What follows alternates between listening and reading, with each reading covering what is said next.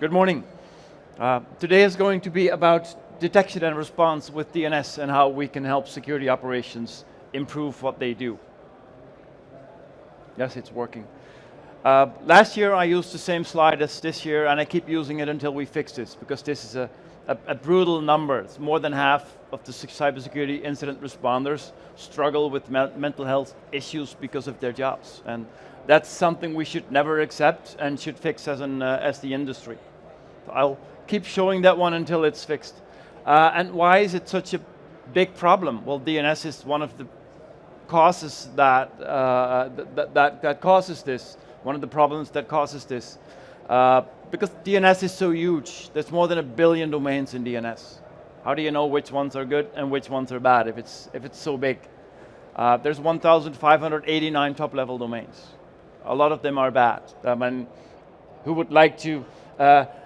Why would employees go to the what the fuck top-level domain, the .mov top-level domain, or .tk? There was a Dutch entrepreneur who went to Tokelau, the little island in the South Pacific, and said, I'll pay you a lot of money for the rights for the .tk top-level domain.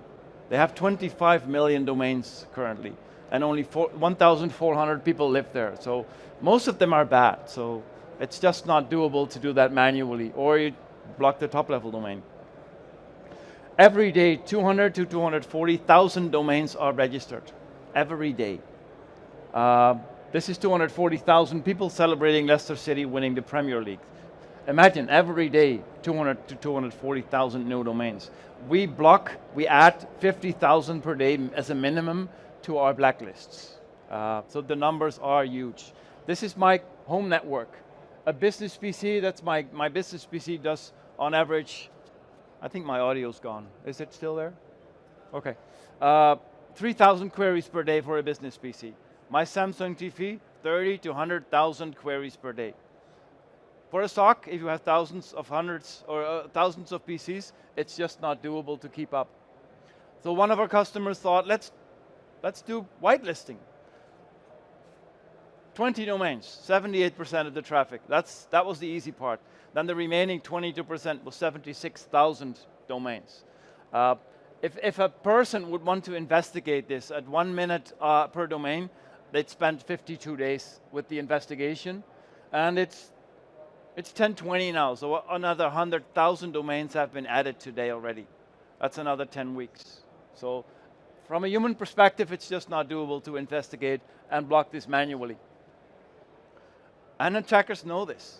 They know that firewalls and EDR and IPS and all the solutions that companies bought are typically not inspecting DNS traffic. It's an open protocol. It needs to go through everything to make sure that people can connect to the internet. So nobody is looking at DNS. And it's a super highway in and out the network. CISA, ENISA, Gartner confirmed that this is a exponential increase. They see an exponential increase in attacks that use DNS as a communication protocol. ENISA publishes a top 15 cyber threats every year. 14 of them, DNS can be used for communications. If you want, you can send an Oracle database through the internet via DNS, and nobody would notice. It just takes a lot of time. DNS is the most scalable approach to defend yourself as well, and that's the good news. Gartner has written a document about it. If you want to have the document, please meet us at the booth at the entrance later today. I like to use the cyber kill chain because even if you don't like the cyber kill chain, the attackers use the kill chain to attack you. It starts with the reconnaissance. They figure out who am I attacking, where are they vulnerable. They weaponize, they build malware, they register domains to phish you. They deliver the malware through phishing, USB drives, or malicious documents, PDFs. Exploit vulnerabilities on the network, specifically, well, Cisco this week. Big vulnerability, tens of thousands of routers are vulnerable. They install malware on endpoints. They communicate to that malware to do lateral movements to other endpoints or databases or servers, and finally, actions on objectives. They encrypt the data, they steal the data, they do DDoS attacks, whatever their goal is. But this is typically the cyber kill chain. And then companies buy a lot of hardware, software to defend themselves in each phase of the cyber kill chain. They do employee training, they buy firewalls, EDR, XDR, NDR, whatever DR. They buy SIEM because there's too many alerts. They buy a lot of stuff. And then almost each phase DNS is being used as a protocol to communicate. Like I said, you can send an Oracle database to the other side of the world through DNS. They can do reconnaissance with DNS. They can do DNS tunneling. They can exfiltrate data through DNS. I'll share some examples. But 60% of the attacks can be blocked before the firewall if you just switch on DNS security or protective DNS. This is me. I've been in the cybersecurity industry for 23 years at 7 companies so far. So, reconnaissance. This is the TXT records for CrowdStrike. I use them as an example because they have a lot of logos that people recognize, right? It's nothing to bash CrowdStrike. DocuSign, for instance. If you find in the TXT records that a company uses DocuSign, you can use that information in a phishing email.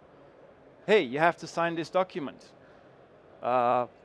This is an example from the Symantec website, from a fake DocuSign email. Atlassian, they've had their fair share of vulnerabilities the past years. So if you know that, then maybe there's something you can abuse on that network. Duo, multi-factor authentication. If you know that they use Duo, you can use that to send them fake MFA prompts.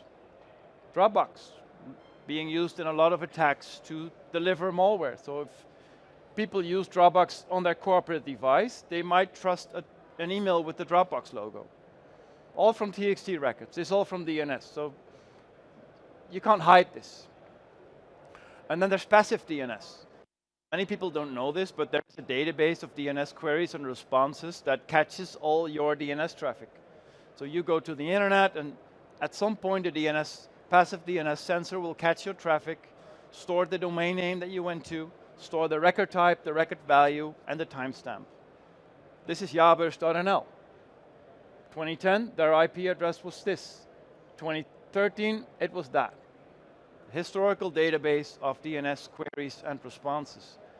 But there's much more information. You can go back in time and you can find a lot of information. This might be interesting for an attacker. This is all internal IP addresses in the public passive DNS database for jaburst.nl. So you might want to check your passive DNS entries to see whether you're secure or not. Or systems, Citrix. They use Citrix at Jaburst. They use Topdesk. And that's the IP address for their VPN server. Interesting information for an attacker, right? Second phase, weaponization. So they have to build malware, but also register domains. Back to the cyber kill chain, we're still here. We're still at the point where your cybersecurity solutions cannot do anything. Your EDR doesn't see any traffic. The firewall is not aware of any traffic. The email filtering hasn't seen any traffic yet. You're still in the dark. You don't know that they want to attack you. When EDR misses something, you're in what we call the regret zone. You'll regret it because you will be attacked. The malware will be installed, data will be stolen, endpoint will be encrypted. A little earlier in the kill chain, you're in what we call the prevention zone. The firewall can prevent a lot of bad things from happening. But where we are currently and where you want to be is in what we call the pre-crime zone. And some of you might remember the movie that introduced the pre-crime zone. Give it some thought, I'll tell you later. Sunburst. You might remember SolarWinds, the Sunburst attack on SolarWinds. December 8, 2020, FireEye announced they were breached. The world was laughing at FireEye. Haha, best cybersecurity firm in the world. The Mandiant piece of FireEye, and they are attacked. That was fun. Well, it turned out that 18,000 companies were attacked, including Palo Alto, CrowdStrike, Microsoft, VMware, Deloitte, what else? Intel, Cisco, all the big firms were affected by this attack. FireEye was the first one to notice. When you look back, the domain was registered in 2018 already. So that's more than 2 years before the actual attack. Nation state hackers have time. They're not in a rush. The compromised update was sent to SolarWinds in 2020, so almost 2 years after they registered the domain. They registered that domain for a reason. They knew they were going to do this. You didn't know that. The world didn't know that. So initially, domain was fine. They built a solid reputation, no malicious traffic, just normal traffic. And then, of course, after December 13, 2020, the security industry blocked the domain because everybody knew it was bad. But what about this? This period of time is what matters now. People want to buy time. They want to be ahead of the attack. When we look back in our systems, we found one DNS query on May 7, 2020. This is data from our customers because we have a recursive cloud where customers send their DNS. We saw 20 other queries in June 2020. This was our data set. So we asked ourselves the question, could we have detected this traffic as being malicious from 21 queries and 21 responses? Because that's what we saw. Each company had one query and one response, and the response was 0 or 1, interesting for us or not. This led to the introduction of suspicious domains. Domains that cannot be trusted, but we don't know why, or we don't know how yet. Same timeline. Now we could block the domain based on the characteristics of the DNS, initially, from the start. And then secondly, we can block the domain based on the traffic that we see. Even though we still don't know what kind of traffic it is, who they're targeting, but just based on the traffic, we can now see that this is actually not good. So customers now would have no impact from the SolarWinds attack. And we know this because we're monitoring similar attacks as SolarWinds, but I'll get to that later. How do we do that? We monitor passive DNS, and we monitor customers who give their DNS traffic to Infoblox. 70 billion queries per day. That's the data set we're working with now. Threat intel unit writes algorithms and builds the suspicious feed, which currently is 12 million suspicious domains. Domains we don't know that are bad yet, but we know they will be in the future. And how do we know? Because we know the infrastructure, we know the threat actor, but I'll get into a little more detail. Suspicious domains is the biggest data set currently. Most suspicious domains share common DNA with known malicious domains. If a threat actor has registered 10,000 malicious domains so far, and he registers another 100,000, chances are that they are going to be used bad. So those domains will be put in the suspicious feed. Known threat actors, known poor reputation, known IP addresses, known owners. I have an example where the owners were the same for a lot of domains. This is where most security vendors focus. Known malicious domains. They do threat research, they find domains in malware, and they put it on a blacklist. We do that as well, but this is not really rocket science. And where we started with a month ago is investigating DNS threat actors. It turns out there is threat actors out there that specialize in DNS infrastructure and sell that infrastructure to threat actors for ransomware, for other purposes. A couple of threat actors have their own DNS infrastructure. We know them. This one, for instance, Chinese attackers register 42,000 domains for phishing. If you know the threat actor, you can block all 42,000. If you don't know the threat actor, you have to detect each and every domain separately. It makes it much easier. This is an example. I still don't know all the details because the publication was yesterday. So this was basically, it is a DNS threat actor. They have a link shortening service for cybercriminals, specifically for cybercriminals. They don't broadcast on the dark web. You have to know where to buy their service, where to find them. They've been under the radar for more than 18 months. They have algorithms that register domains automatically. Since April 2022, we saw 35 to 75,000 unique domain names. We don't know the exact number yet, because there's different sources, and they're not aligned yet. 55% went to .us domains. We discovered the threat actor from DNS analytics, not from malware, not from known phishing, not from anything that all the other vendors are doing, but just from DNS analytics. And this is one thing that was particular, why we caught them. The lady or person that registered domains called themselves Lila Puma. Apparently it's a band from the US, and the email address was Black Puma. That's why the threat actor is called Prophilic Puma. If you want to know which indicators should be blocked, you can download the list with approximately 9,000 on GitHub. It's a list that you should block, like .xyz. Or another example, 3CX, supply chain attack. Figured out by Mandiant in March, a little earlier, March 2023. Let's look at the timeline. Domain was registered 2022. Mandiant published the article in March 2023. And then, of course, the malware is blocked. Window of impact, 84 days. Newly observed domains is something that a lot of security vendors do. When they see a new domain, they block it for 3 days. Palo Alto is doing that, Cisco can do that, many vendors can do that. So window of impact is still 81 days. Our suspicious algorithms caught the domain on the same day, one day after it was registered, because of the characteristics of the domain name and the characteristics of the IP address where it was hosted. And blocked, 0-day impact. This is the other domains for the same threat actor, 34 days for this one. This one, well, let's keep that at 0, just 1 day. This one, 375 days before they actually used it, we already knew the domain was suspicious.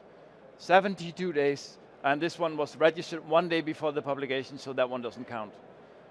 So it proves the power of suspicious domains and the algorithms. Another example from Checkpoint. They introduced a neural network that is looking into DNS. Article was published August 24, 2023. We already knew 2/3 of the domain were bad. Long before. People, when they buy security solutions, they buy time. How much time do you need? A year? What's this? It's 4 months. Extra time that you already know that something is coming. Final example. This is an example from this week, IBM Research, October 2023. They published the article, was October 30, 2 days ago.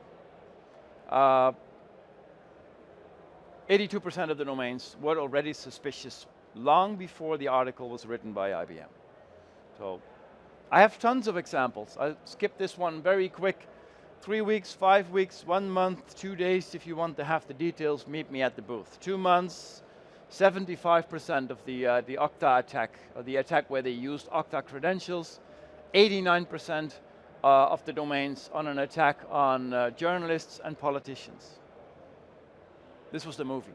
Maybe you remember it. Okay, delivery, phishing, etc. Same slide. This is the domains, a couple of the domains they registered. A lot of lookalike domains. People tend to trust known brands. If you want to target consumers, you have to have phishing links with known brands. The corporate market is more about trusted brands, companies that they do business with. Some attacker registered infobloxbenefits.com. We don't know who, we don't know why. We only know that it was not us. But we know that they were targeting us. So PostNL publishes a lot of articles on lookalike domains. We found a couple. Some of them are already in the suspicious feed. Same for DHL. A lot of them are phishing related or suspicious related. So as a company, you want to know this stuff, right? And then if you find a domain that's bad or that's going to be bad, take it down. We have a service where we can take domains down. We validate the request, we mitigate, we take it down. We monitor, take it down again if it comes back up, and then we report to the customer. A little secret, this is less than $100 per domain, so it's not a lot of money. Imagine you have to go to your legal department and say, hey, take down this domain. They have to figure out who to call. That's much more expensive. So this is the process. I'll skip that. Okay, vulnerabilities. By all means, I'm not a Microsoft expert. I only know that it's a lot of effort to run a Microsoft environment. You have to have AD, you have to have DNS on your domain controllers, you're running DHCP on your domain controllers. According to Microsoft, you need 10 domain controllers per 100 clients. I don't know if that's true, this is from their website. So that's a lot of domain controllers, a lot of DNS server, and a lot of DHCP.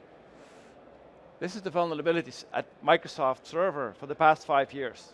3,530 in total. And attackers love Microsoft, right? Because they're so easy to target. How many vulnerabilities did we have the past 5 years? Anyone want to guess? Nobody wants to guess. We had 5. So don't run DNS on Microsoft, guys. Girls? No girls? Oh, oh yes, you're behind someone. Sorry. Okay, I'm going to combine these, command and control and actions on objectives, because the controls are the same. And this is also an example. Christmas 2020 to spring 2021.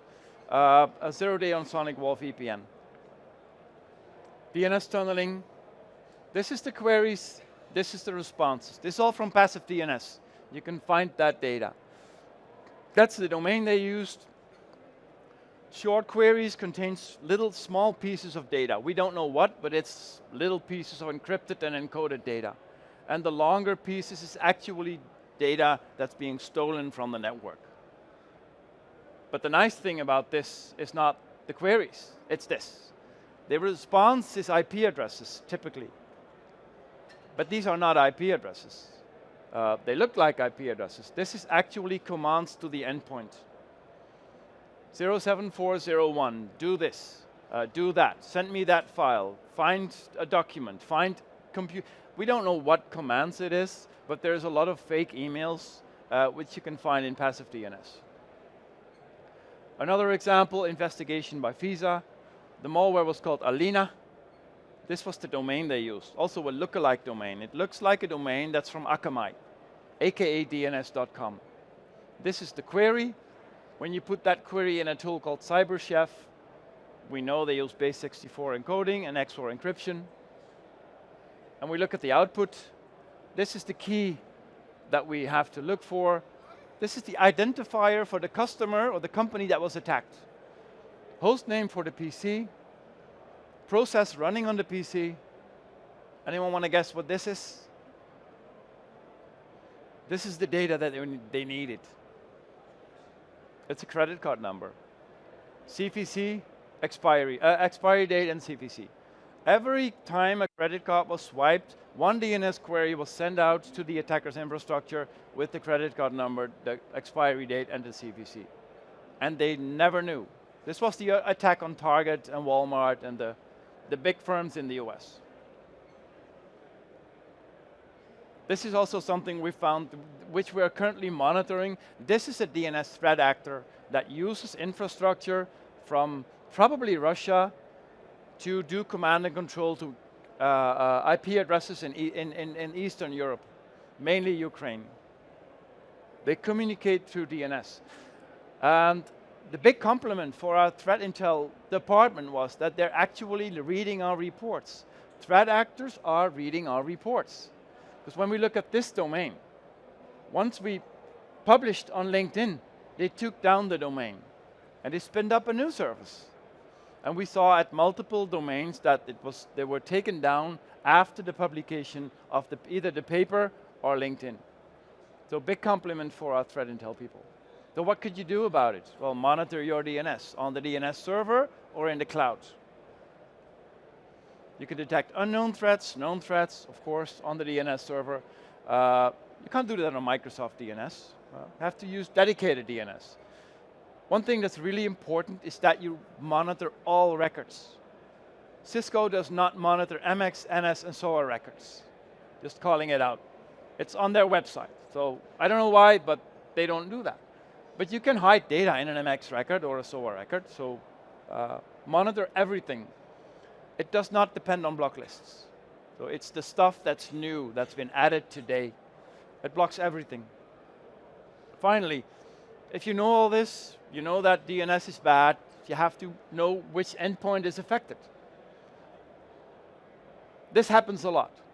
Somebody sees malicious something in the firewall. IP address is there. Okay, let's do an investigation. Turns out the IP address is for the DNS server or the proxy server, not for the client. You want to get to this client. This sometimes takes days until you identify the client. And then it's important to know whether it's a printer or a server or someone from the guest network, somebody at finance, because you want to start your investigation at the finance department, not at the guest network. So this is the IP address. What many people do is start with Microsoft IPAM. And then another tool by Microsoft. I don't know what to call this, incident response. But what you want to do is this. Instead of this, you want to get to that. At your fingertips within a couple of seconds. This has happened, this is where it happened, this is how important it is. And you can do this just by connecting DNS queries and DNS threat intel to IP address management. Then this takes seconds. And when it takes seconds, you can automate the response. If you know that a laptop at finance was affected by ransomware, let's kick it off the network. If you know that a camera went to a domain that cannot be trusted, a suspicious domain, let's start a vulnerability scan first. Automate the response and take off the burden for the security operations people. So in summary, this is what we call DNS detection and response. It goes way beyond just DNS. Identify the assets. Number one in security, know what you have. Then protect them against known threats, detect unknown threats, and block them, of course. And finally, automate the response. But also take down malicious domains that target you as a company and your brand.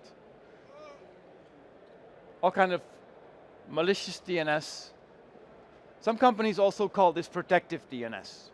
When we add everything together, we get to detection and response in DNS, which fits excellent in an existing XDR framework. It's an add-on to everything that you have, to EDR, to identity management, to firewalls. You can use the information in the rest of your ecosystem to make it better. Almost there. Governments are promoting protective DNS as well. This is the American government. The UK government just announced protective DNS for schools. That was this week. All schools in the UK can use the protective DNS service from the government to get rid of all the bad stuff. Australia and the EU.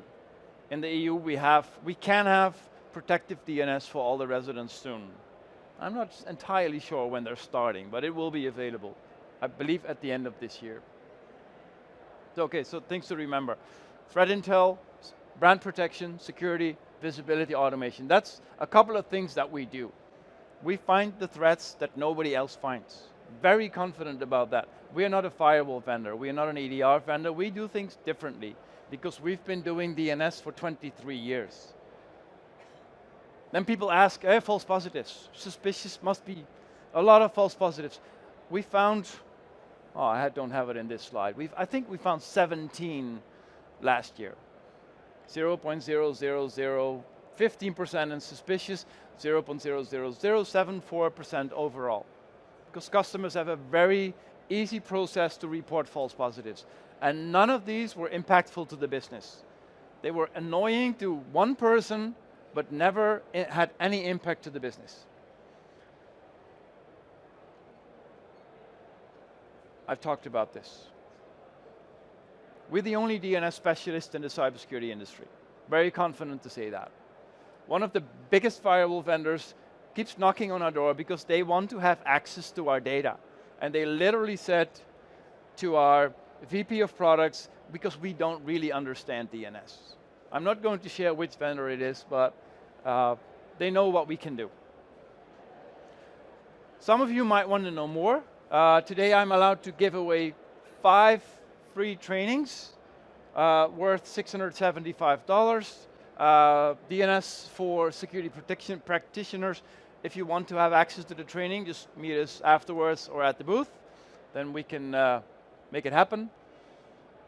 And I think this is the most powerful slide of all. This is one of our customers who said, well, once we figured everything out, security analysts started to show up on time again at work, because they got rid of the repeating tasks, the boring tasks, the looking into data, and they could start to do threat hunting, the fun stuff. Am I on time? Almost. Thank you very much.